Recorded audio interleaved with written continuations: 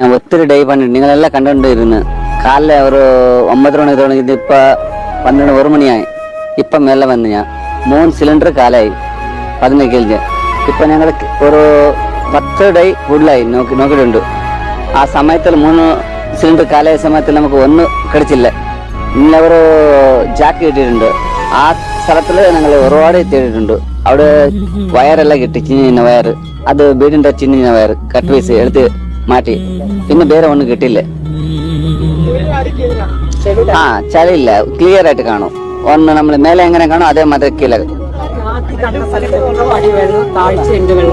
ನಾ ಕಂಡ ഒരു 30 ಅಡಿ ಉಂಟು. 30 ಅಡಿ. ಲೈವ್ ಮೀಡಿಯಾದ ಹೊಸ ವಿಡಿಯೋಗೆ ಸ್ವಾಗತ. ಇಂದಿನ ವಿಡಿಯೋದಲ್ಲಿ ನಾವು ಹೇಳುವುದು ನೀವೀಗ ಥಂಬ್ನೇಲ್ನಲ್ಲಿ ಕಂಡಂತೆಯೇ ಅರ್ಜುನ್ ರವರು ಕರ್ನಾಟಕದ ಉತ್ತರ ಕನ್ನಡ ಜಿಲ್ಲೆಯ ಶಿರೂರು ಎಂಬ ಪ್ರದೇಶದಲ್ಲಿ ಭೂಕುಸಿತದಿಂದ ಅದರ ಅಡಿಯಲ್ಲಿ ಸಿಲುಕಿ ಅರ್ಜುನ್ ಕೇರಳದ ಮಲಪ್ಪುರಂ ಜಿಲ್ಲೆಯಿಂದ ಬಂದಂತಹ ಒಬ್ಬ ಯುವಕನಾಗಿದ್ದಾನೆ. ಈ ಅರ್ಜುನ್ ಅವರು ಭೂಕುಸಿತದಲ್ಲಿ ಮಣ್ಣಿನಡಿಯಲ್ಲಿ ಸಿಲುಕಿಕೊಂಡು ಈಗ ಸುಮಾರು 1 ತಿಂಗಳು ಕಳೆದಿದೆ. ಅವರ ಮೃತದೇಹವನ್ನು ಹೊರತೆಗೆಯಲು ಈಗಲೂ ಯಾರಿಗೂ ಆಗಲಿಲ್ಲ.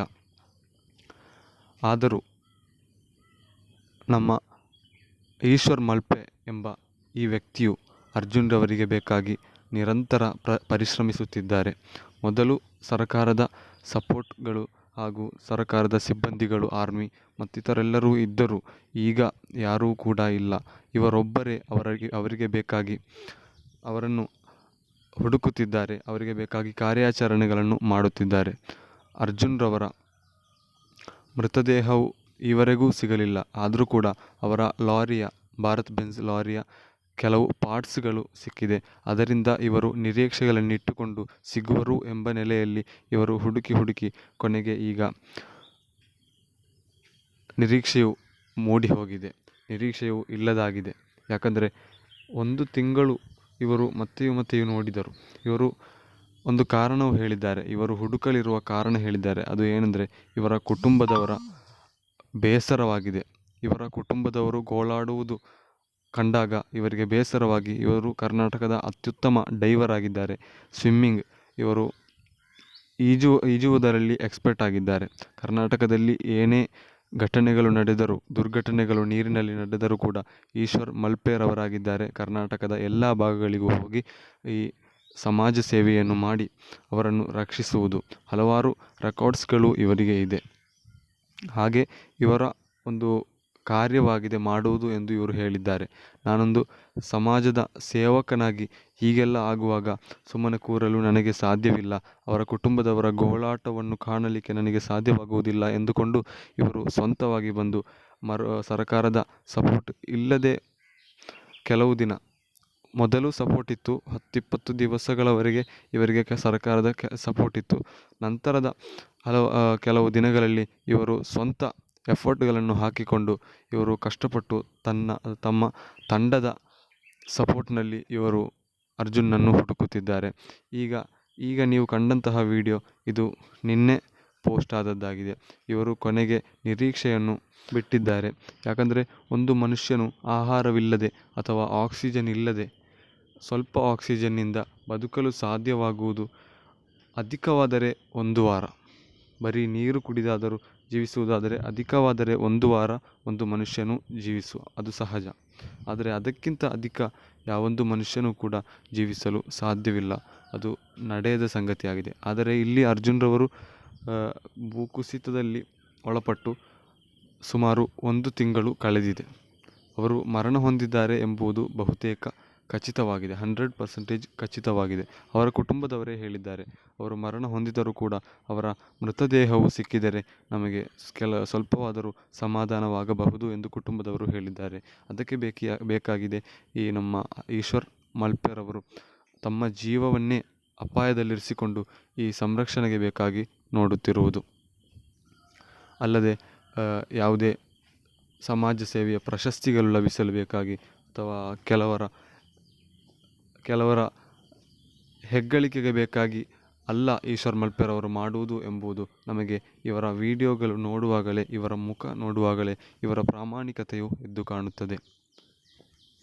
ಮೊದಲು ಕೇರಳದವರು ಬಹಳ ಆಕ್ರೋಶಗಳನ್ನು ಕರ್ನಾಟಕದ ಅವರಲ್ಲಿ ಆಕ್ರೋಶಗಳನ್ನು ವ್ಯಕ್ತಪಡಿಸುತ್ತಿದ್ದರು.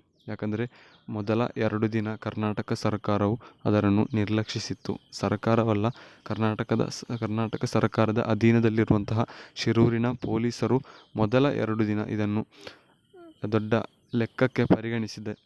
ಪೊಲೀಸರು ಬರದೆ ಇದನ್ನು ಪರಿಗಣಿಸದಿದ್ದರು. ನಂತರದ ಒಂದು ದಿನದಲ್ಲಿ 2 JCBಗಳಿಂದ ಮಾತ್ರವಾಗಿದೆ ಇವರು ಕೆಲಸಗಳನ್ನು ಮಾಡಿದ್ದು.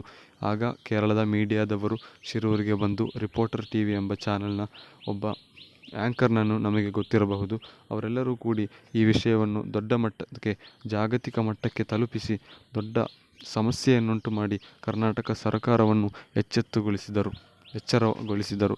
ಹಾಗೆ ಕರ್ನಾಟಕ ಸರ್ಕಾರವು ಬಹಳ ಸಕ್ರಿಯವಾಗಿ ನಂತರದ ದಿನಗಳಲ್ಲಿ ಕೆಲಸಗಳನ್ನು ಮಾಡಿತು. ಕ್ರೈನ್ಗಳು, ಸಿಬ್ಬಂದಿಗಳನ್ನೆಲ್ಲ ತರಿಸಿ MLAಗಳೆಲ್ಲ ಅಲ್ಲಿಗೆ ಹೋಗಿ ಎಲ್ಲ ಕೆಲಸವನ್ನು ಕೃತ್ಯವಾಗಿ ಮಾಡಿದರು. ಹಾಗೆ ಕೇರಳದ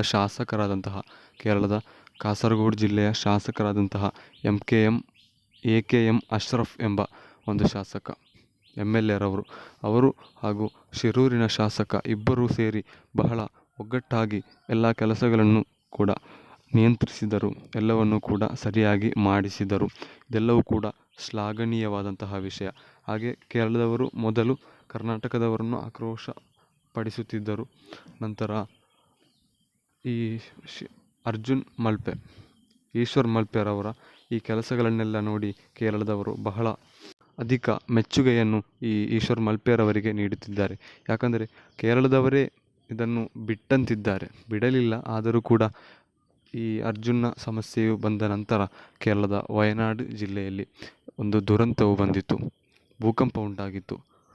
ಆ ಭೂಕಂಪದಲ್ಲಿ ಸುಮಾರು 600ರಷ್ಟು ಮಂದಿ ಮೃತಪಟ್ಟಿದ್ದಾರೆ. ಅದರಲ್ಲಿ ಇನ್ನೂ ಕೂಡ ಬಾಡಿ ಸಿಕ್ಕಿದ್ದು 400 ಬಾಡಿಗಳಾಗಿದೆ. ಇನ್ನೂ ಕೂಡ 200 ಬಾಡಿಗಳು ಸಿಗಲಿದೆ. ಇಂತಹ ಸಮಸ್ಯೆಗಳು ಬಂದಾಗ ಅದರೆಡೆಯಲ್ಲಿ ಅರ್ಜುನ್ನ ವಿಷಯವು ಸ್ವಲ್ಪ ಮಾಯವಾಗಿತ್ತು. ಆದ್ದರಿಂದ ಈ ಕೇರಳದವರೇ ಅಷ್ಟೊಂದು ಪ್ರಾಧಾನ್ಯತೆ ನೀಡದಿದ್ದಾಗ ಕರ್ನಾಟಕದಿಂದ ಬಂದಂತಹ ಈ ಈಶ್ವರ್ ಮಲ್ಪೆರವರು ಅಷ್ಟೊಂದು ಪ್ರಾಧಾನ್ಯತೆಯನ್ನು ಅವರಿಗೆ ನೀಡುತ್ತಿರುವಾಗ ಈ ವಿಷಯವನ್ನು ಕಂಡಾಗ ಕೇರಳದವರಿಗೆ ಬಹಳ ಮೆಚ್ಚುಗೆಯುಂಟಾಗಿದೆ. ಅವರಿಗೆ ಈಗ ಸೋಷಿಯಲ್ ಮೀಡಿಯಾದಲ್ಲಿ ಒಳ್ಳೆಯ ರೀತಿಯಲ್ಲಿ ಮೆಚ್ಚುಗೆಗಳು ಬರುತ್ತಿದೆ. ಇವರನ್ನು ಒಳ್ಳೆಯ ರೀತಿಯಲ್ಲಿ ಎಲ್ಲರೂ ಕೂಡ ಒಳ್ಳೆಯ ವಿಷಯಗಳಿಂದ ಇವರನ್ನು ಶ್ಲಾಘಿಸುತ್ತಿದ್ದಾರೆ. ಇದು ಕರ್ನಾಟಕದ ಅಭಿಮಾನವಾಗಿದೆ. ಮೊದಲು ಕರ್ನಾಟಕವನ್ನು ನಿಂದಿಸಿದವರು ಈಗ ಕರ್ನಾಟಕವನ್ನು ಹೊಗಳುತ್ತಿದ್ದಾರೆ. ಹಾಗೆ ಕರ್ನಾಟಕ ಸರ್ಕಾರವು ವಯನಾಡು ದುರಂತಕ್ಕೆ 100 ಕೋಟಿ ನೀಡಿದೆ, 100 ಮನೆಗಳನ್ನು ನೀಡಿದೆ. 100 ಮನೆಗಳನ್ನು ನೀಡುತ್ತೇವೆ ಎಂದು ವಾಗ್ದಾನವನ್ನು ನೀಡಿದ್ದಾರೆ. ಹಾಗೆ ಹಲವಾರು ಸಹಾಯಗಳನ್ನು ಮಾಡುವಂತಹ ಸ್ಟೇಟ್ ಆಗಿದೆ ಕರ್ನಾಟಕ ಸ್ಟೇಟ್. ಇದೆಲ್ಲವೂ ಕೂಡ ಈ ಅರ್ಜುನ ವಿಷಯವಾಗಲಿ, ವಯನಾಡು ದುರಂತದ ವಿಷಯವಾಗಲಿ, ಎಲ್ಲದರಲ್ಲೂ ಕೂಡ ಇದು ಒಂದು ಉದಾಹರಣೆಯಾಗಿದೆ. ಕರ್ನಾಟಕ ಒಳ್ಳೆಯ ರಾಜ್ಯ